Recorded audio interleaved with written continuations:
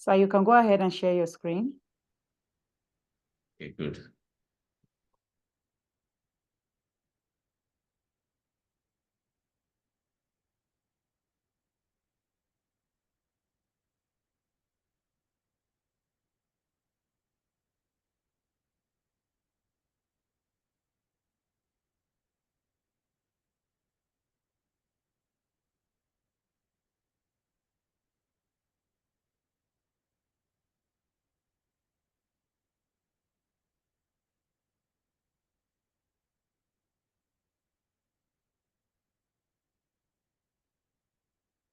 You can see my screen. Yes, we can see your screen. Okay. So I welcome you all to today's discussion on I'm going to talk to us about vulture conservation in Nigeria, combating belief-based use of vulture parts in tribal medicine, right? So as a way of introduction, globally, the population of vultures have suffered a very serious decline. And I have personal experiences in that, being that I grew up in Jos, and at a point in time in my life, I also grew up around the abattoir. I have seen vultures literally falling from the sky around the abattoir. And when coming back from wherever I was going to, that vultures, either the head will not be there or the vulture completely has gone. So I didn't understand what was going on at that time because I was not yet an ornithologist. I was just an observer of my environment. And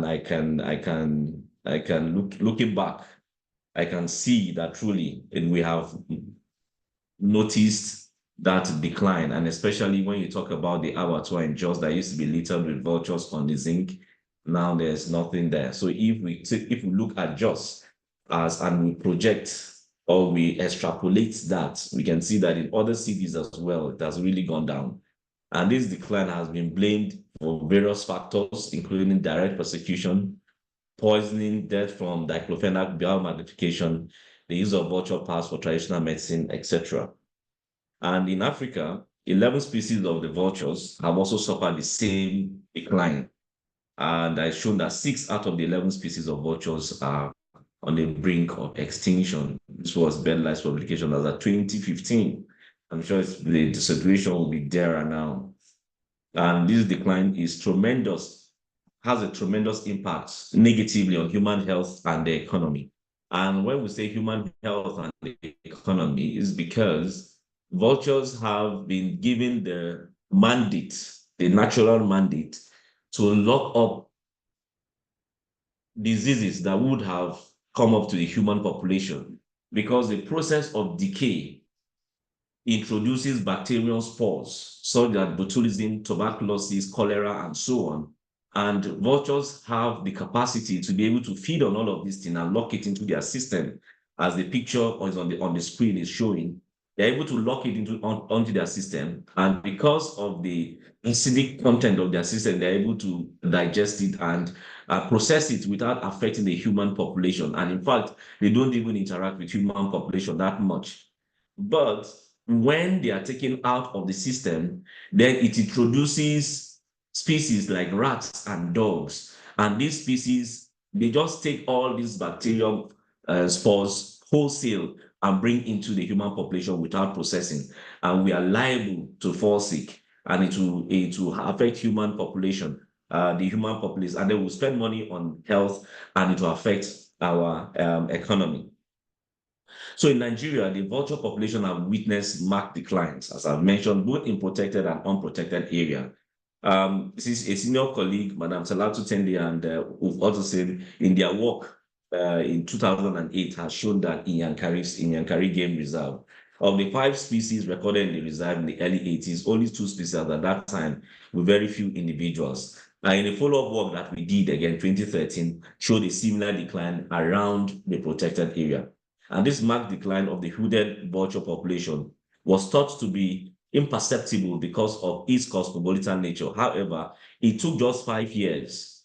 At the point in time when I was considering vultures, when I was a student of Aplori, And when before you know it, vultures that were considered least concerned, were trying to raise funds for vultures. I remember Dr. Hazel Shokelu gave us an assignment to write a proposal on vultures. And at that time, I was writing that proposal. We were looking at LC, least concern, and all of a sudden, within 5 years, vulture has gone to critically endangered. That showed you the remarkable decline they had suffered just within 5 years.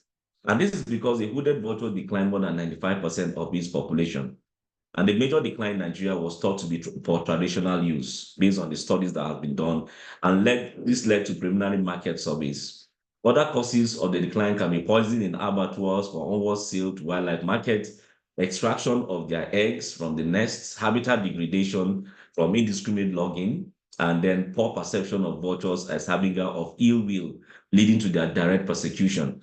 Another thing is that if they are not able to during the poisoning, even if it doesn't kill the bird, it affects their egg such that the shell of the egg is not as thick as it should be, so that when the bird lays their egg, the shell cracks, and then the bird has failed attempts at breeding. So we're worried by this deleterious trend on the population of these vulture species. That is why the Nigerian Conservation Foundation took deliberate steps to reverse this trend in Nigeria by joining the BirdLife Partnership, because BirdLife Partnership was also very strong on vultures, especially after the success in Asia in fighting the vulture decline in Asia. They thought that they should face other aspects. And that's where we now developed what we call the Vulture Advocacy Plan in 2015. We also see what can be done, deliberate activities towards vulture conservation. And this plan was shared with the BirdLife Africa Secretariat, and with funding from Leventis Foundation. We got the seed funding at that time. We implemented a project, what we call the Vulture Decline in West Africa, breaking the trend through stakeholder engagement in Nigeria between 2017 and 2018, where we carried out some activities in Nigeria to be able to see if we say, okay, the belief-based or traditional use is what is driving this. Let's dig into it and see. So this project is the pioneering effort to engage stakeholders within the wildlife trade value chain in Nigeria, provided the required foundational knowledge for NCF to understand some of these most critical issues around the socio-economic value chain driving illegal wildlife trade in Nigeria, with belief-based use that traditional medicine as the chief driver of that. So we went out, we visited about 17 wildlife markets across Ogun, Osun, and Ondo states in southwest Nigeria, and engaged over 3,000 stakeholders. State government ministries, department and agencies, law enforcement agencies, transport union, traditional healers association, research and tertiary institutions, media, and the general public were also invited in that.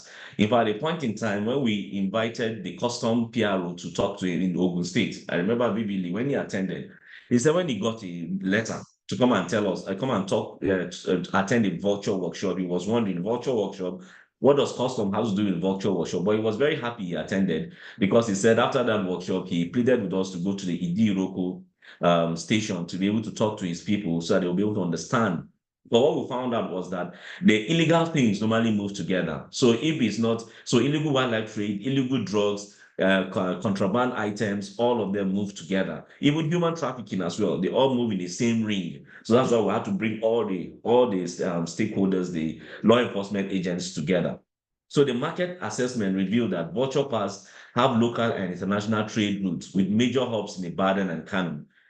That is, those ones are in Cameroon, Nigeria. So we have the Cameroon, we have Niger, even as far as Burkina Faso, that feeds the wildlife market in the southwestern part of Nigeria. That's what we found out when we visited these 3 states in the southwest. And as at that time, a live vulture was worth about $85 to $140 at that time, while a dead vulture is worth between $40 and $60, depending on the location and the availability.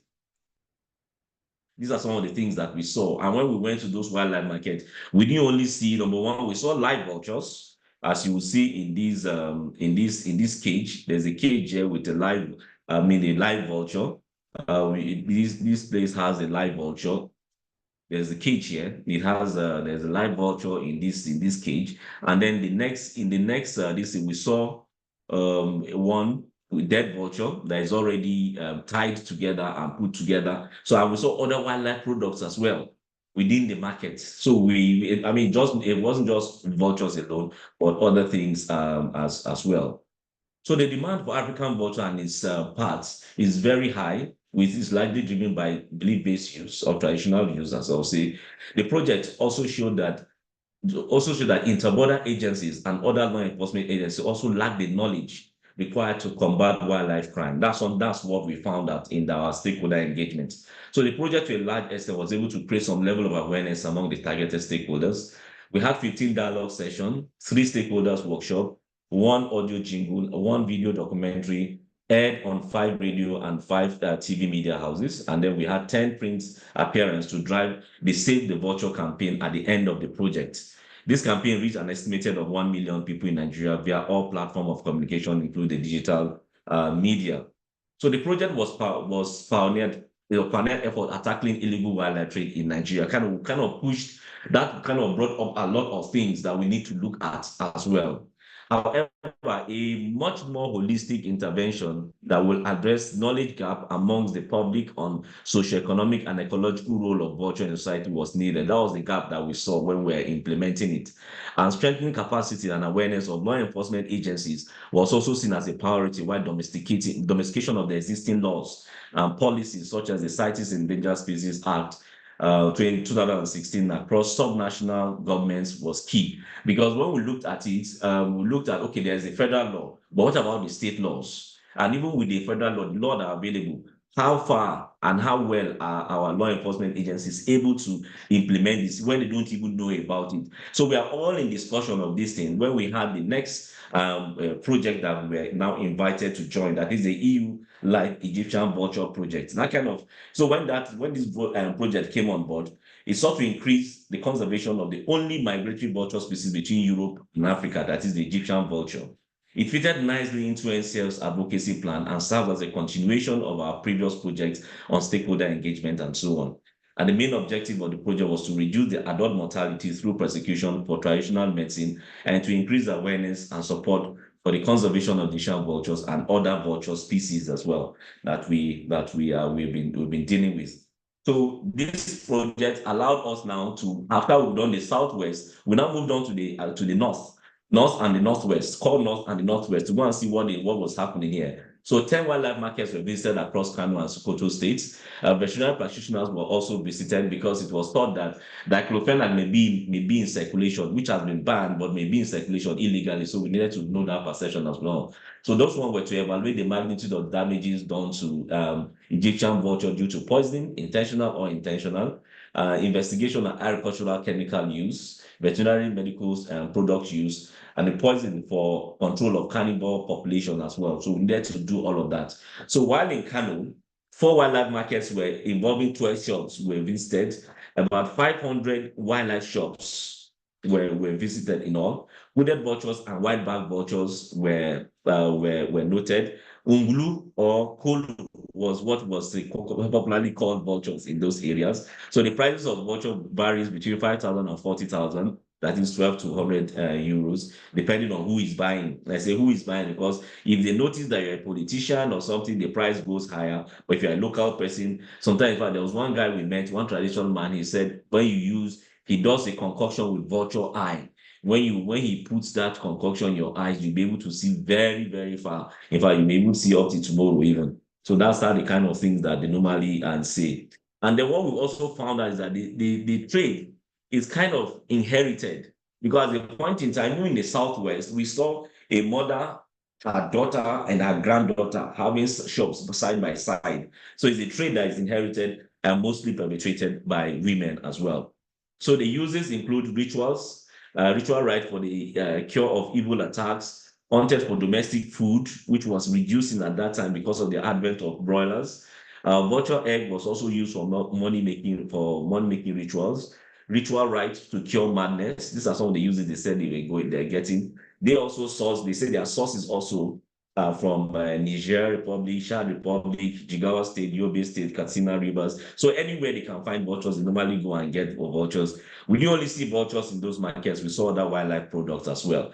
And these are some of the things that we saw. And the interesting thing is that sometimes even the live vultures that they get, they normally put them in cages so that they can harvest their poo.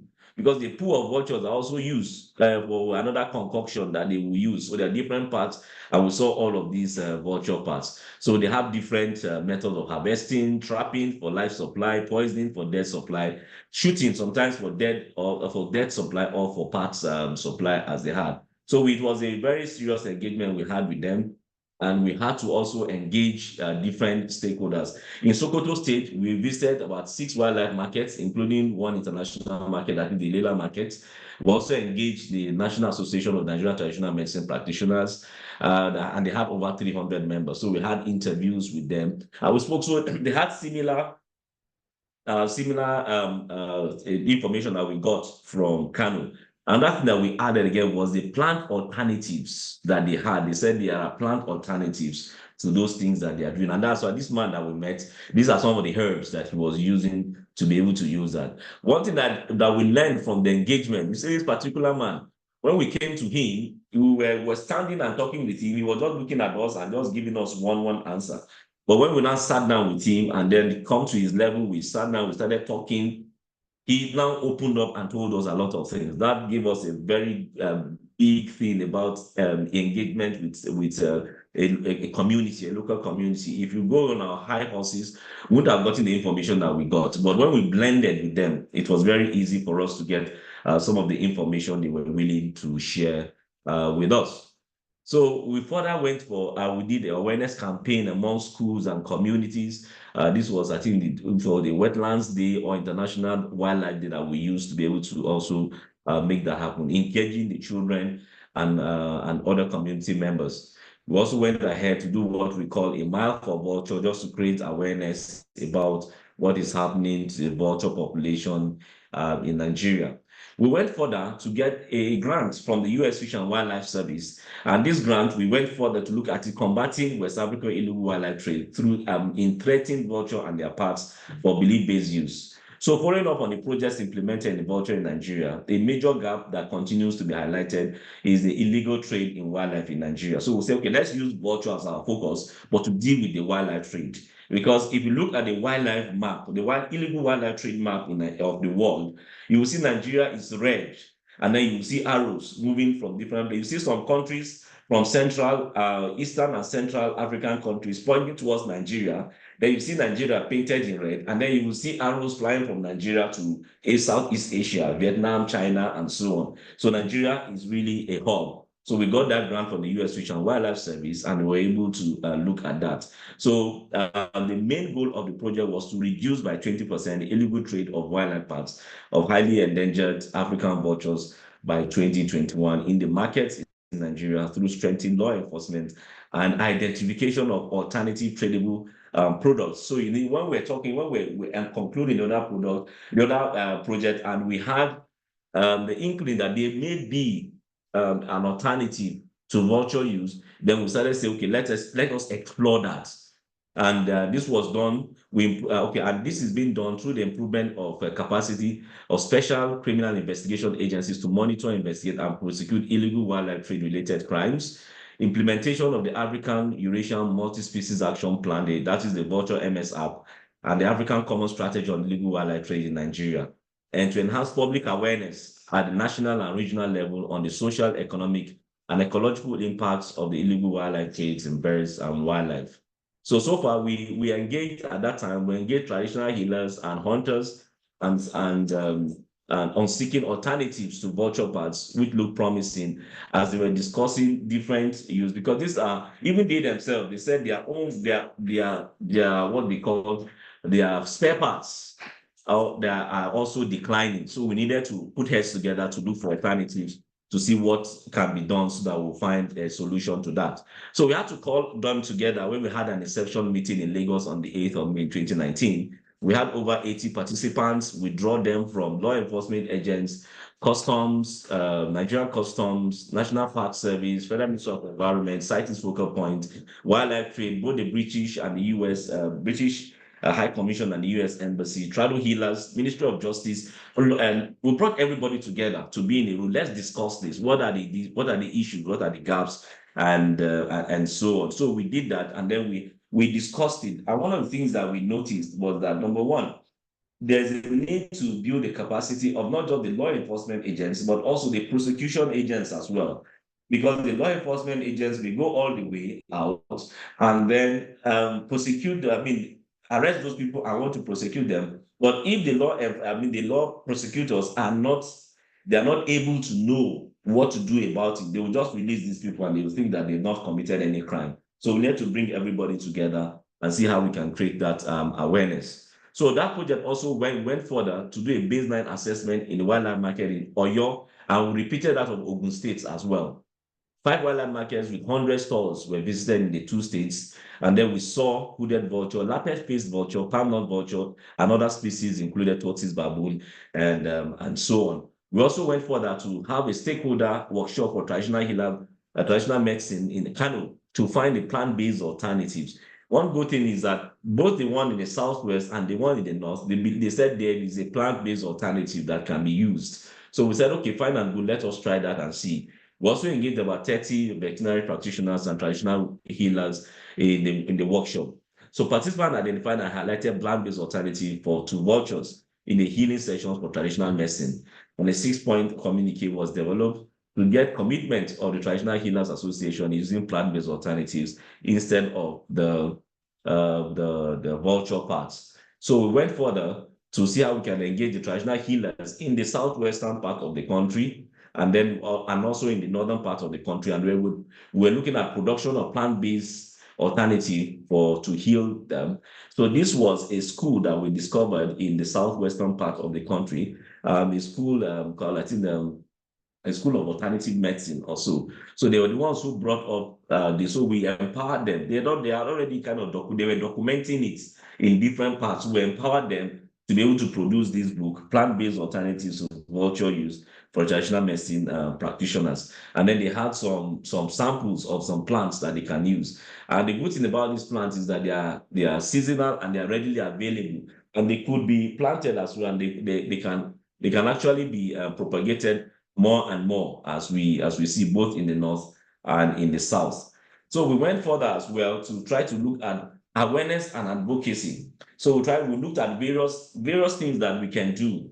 We tried to say, okay, save vultures ambassadors. Frank Donga, a comedian and a script creator, Miriam Longe, a TVC on air personality. If you have a TVC, my view every morning, I think. One of the presenters, she happened to be a Jos lady as well, grew up in Jos. And then we had Peter Odwak, a musician. We're part of his music name is Tito. So we're the part of the people where we had as our vulture ambassadors. And then we developed a documentary called Our Plight to Survive, Nigeria's Vulture and Wildlife So we have a wildlife trade crisis. So we developed that documentary. So this is the link of the documentary, which I will post in the chat box later in case you've not seen that yet. And then there's also a need to strengthen awareness among law enforcement agents. So we organized regional workshop for 100 law enforcement agencies in Nigeria in March 2021, where we held in Abuja, and organized a national workshop for 50 law enforcement and border control agencies in December as well. So I will be able to build that awareness so that they will be able to know. And then what we found out also is that we created a kind of an informal group of this where they can share intelligence, without necessarily going through the bureaucracy of going through their reporting line. Before you know it, they are not able to interdict or intercept whatever thing they want to intercept. And then building up on that, looking back, we can see that has created a galvanized many other partners and organizations coming up, and we are seeing a very serious uptake of these particular one, and then a lot of synergy amongst the stakeholders. So we now looked at it. We'll say, okay, we've been dealing with what we call the dead vultures. We need to now focus our attention on live vultures.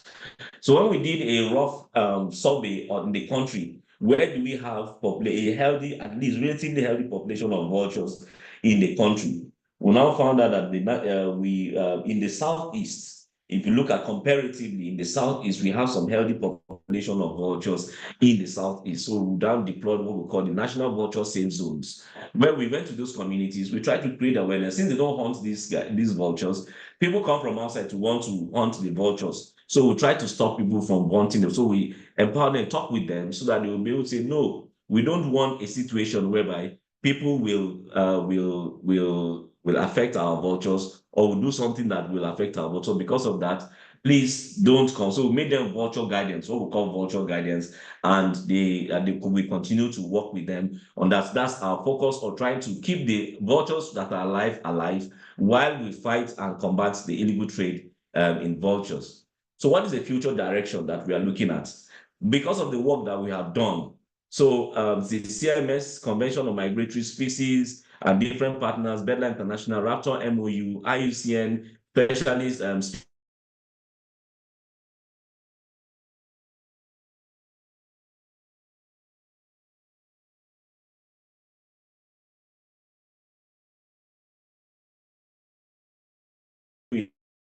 Abuja, put people together, and then we developed this. So this was just launched in it was, first of all, the awareness was created in the CMS Cup of COP 14 in Uzbekistan, and then it was launched just last month, the West African Vulture Conservation. It also, I'll put the link in the chat box so that we can access the English version. There's an English version, there's a French version, and a Portuguese version as well. So that is where we are with all of this, and I'm glad to be. I would be available to give more light or to shed more light on some of the things that if you have any other question. But this is just a highlight of what we have done so far as NCF and much more. Thank you very much for listening, and see you.